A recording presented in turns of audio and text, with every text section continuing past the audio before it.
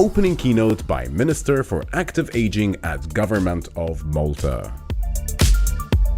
To our foreign guests, welcome to our country, welcome to this wonderful building. This building boasts of a 400-year history, and it has seen so many patients that obviously we have no records of them. In 1787, Grandmaster Nicholas Cotoner established the first school of anatomy and surgery in this building. So I must admit that whenever I come here, I come in with a sense of reverence for history and reverence for our profession. At the time when patients here were sleeping one to a bed, in one of the foremost hospitals in Europe, the Hôtel de Dieu in Paris, one pallet used to be shared by 3 or 4 patients. When this was happening, the patients in this institution were being fed with cutlery, with plates made of silver. I have no idea what was going on at the Hôtel de Dieu. But this is to show that a tiny country, and we are living in a tiny country, already 400 years ago was able to offer an excellent service at the time. And one might say that the service that was offered at that time was person-centered care. I am no spring chicken, I'm not old, so I'm not going to give you any pearls of wisdom today. I'm just going to give you some points, some food for thought. And I would like to start with this centricity of the person. What do I mean by that?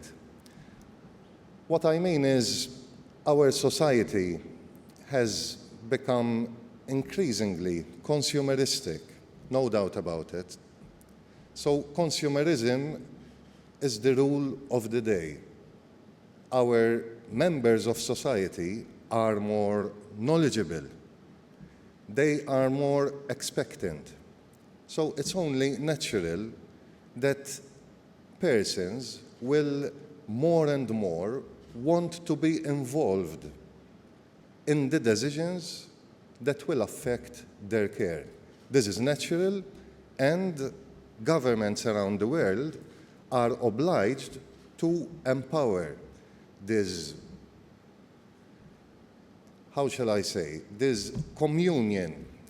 The patient has to be at the center of the decision process. Yesterday, we opened what last year was the Med and Pharma section of this MedTech conference.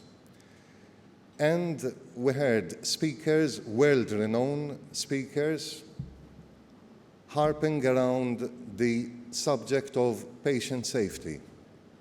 Patient safety and person safety is paramount to whatever we do. I love technology. I love innovation. As I said yesterday, if you give me a new toy, I'll use it. But how can I be sure that the person needs that toy, that that toy is useful to the person? So what I'm enticing you to do is to reflect on the metrics that we use to assess patient satisfaction, person satisfaction.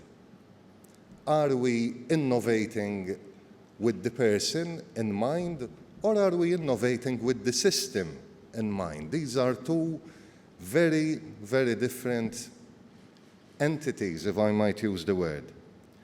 So, especially when we're talking about healthcare geriatric care for older persons.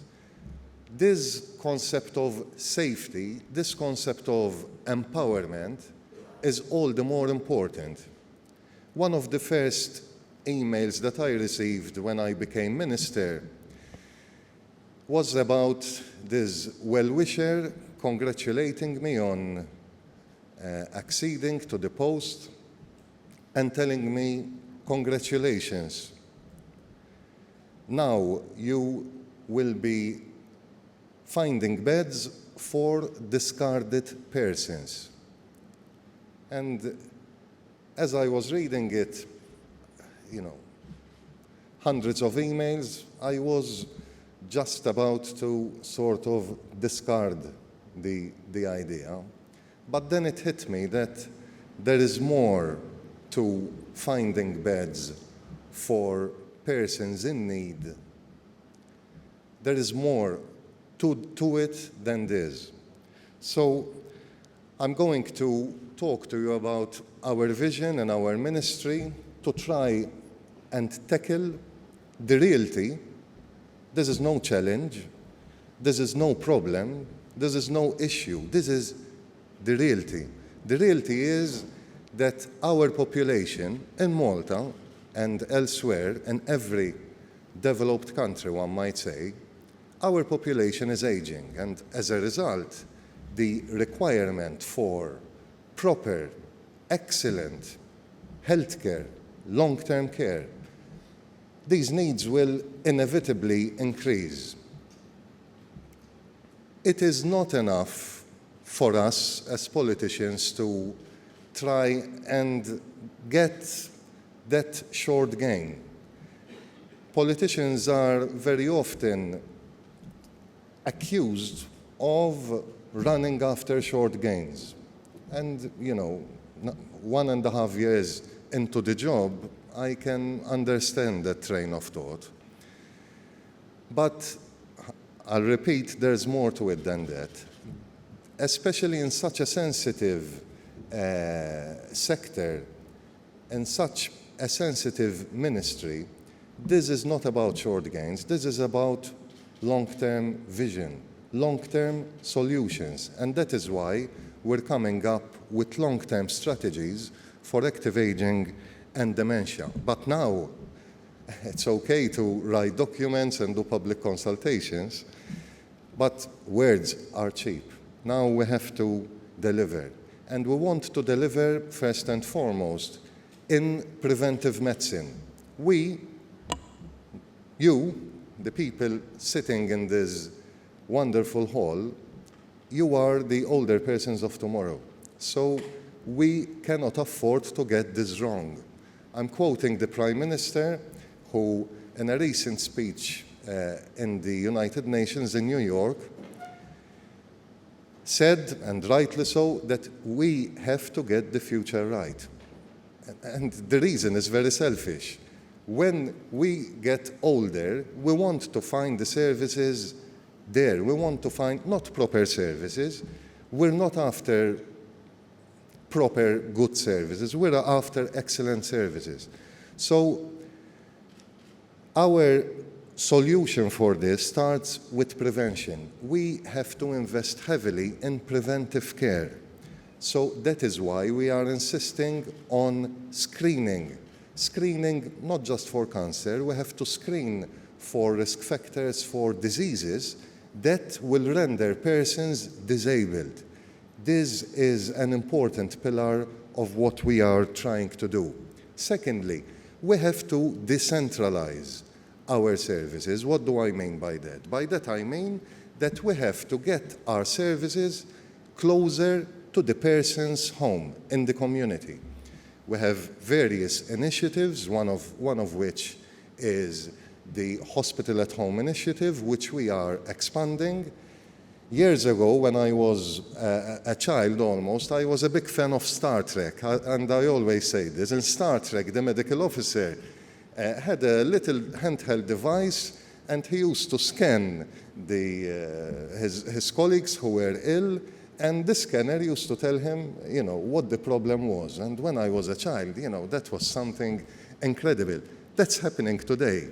through our mobile phones, we can do ultrasound scanning, we can get blood results. So that is why I said innovation is exciting and we should go for it and we should invest heavily in it.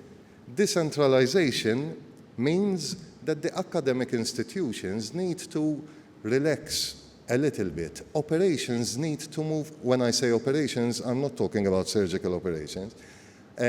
Our operations need to move closer to the homes. We do have 28 different services that we offer in the community, but that doesn't mean we have to stop there. We have to improve these initiatives and move to the next step. It will be very important if we're decentralizing, we have to integrate data. This is extremely important. We cannot have a divide between tertiary level or secondary level institutions and the person's home. So there has to be a seamless system whereby data is integrated. Data is not only useful to know what's going on with the individual, then it's very important to assess the data and be able to plan ahead, to play for the future. Digitalization is key here, and the government is driving for digitalization, and we are definitely on board. We have to be careful, though. We're dealing with older persons here, and I certainly do not want a digital divide developing in our elderly sector. I do not want to have an elitist part of our older person stratum, an elitist part which is technology, internet savvy, and that can converse with the healthcare we're providing. And then another part of society who, for whatever reason, are not computer literate, and we certainly do not want that part of the older person stratum to suffer. So when we talk about digitalization, we need to ensure that there is no inequality. There is no inequality. And lastly, our efforts have to be environment friendly. For far too long, we have disregarded the environment as, okay, it's not going to be my problem. This is not the case. And we have initiatives in mind. We want to turn our assets into environment-friendly buildings, and we have embarked on this and will keep working on it. Another thought, gloves. Do you know how many gloves are used in our institutions, in our older person institutions?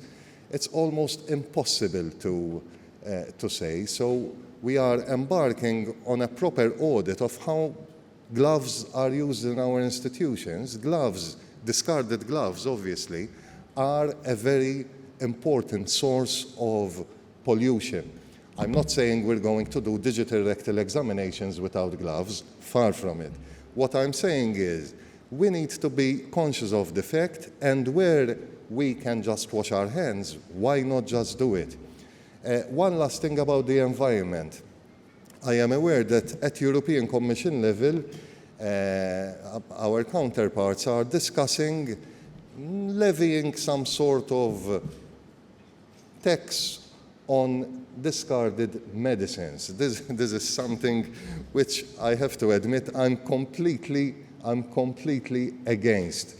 If we are going to save the environment, and I am all for it, we cannot do it by affecting the treatment we are giving to patients to save their lives. I cannot possibly fathom the idea of having a tax, call it what you may, on discarded medicines. That is something that perhaps in the future maybe, but certainly not nowadays, after a devastated COVID pandemic and serious problems with supply chains related to war. So thank you for listening to my to my points, and I wish you the rest of a very fruitful summit. Thank you.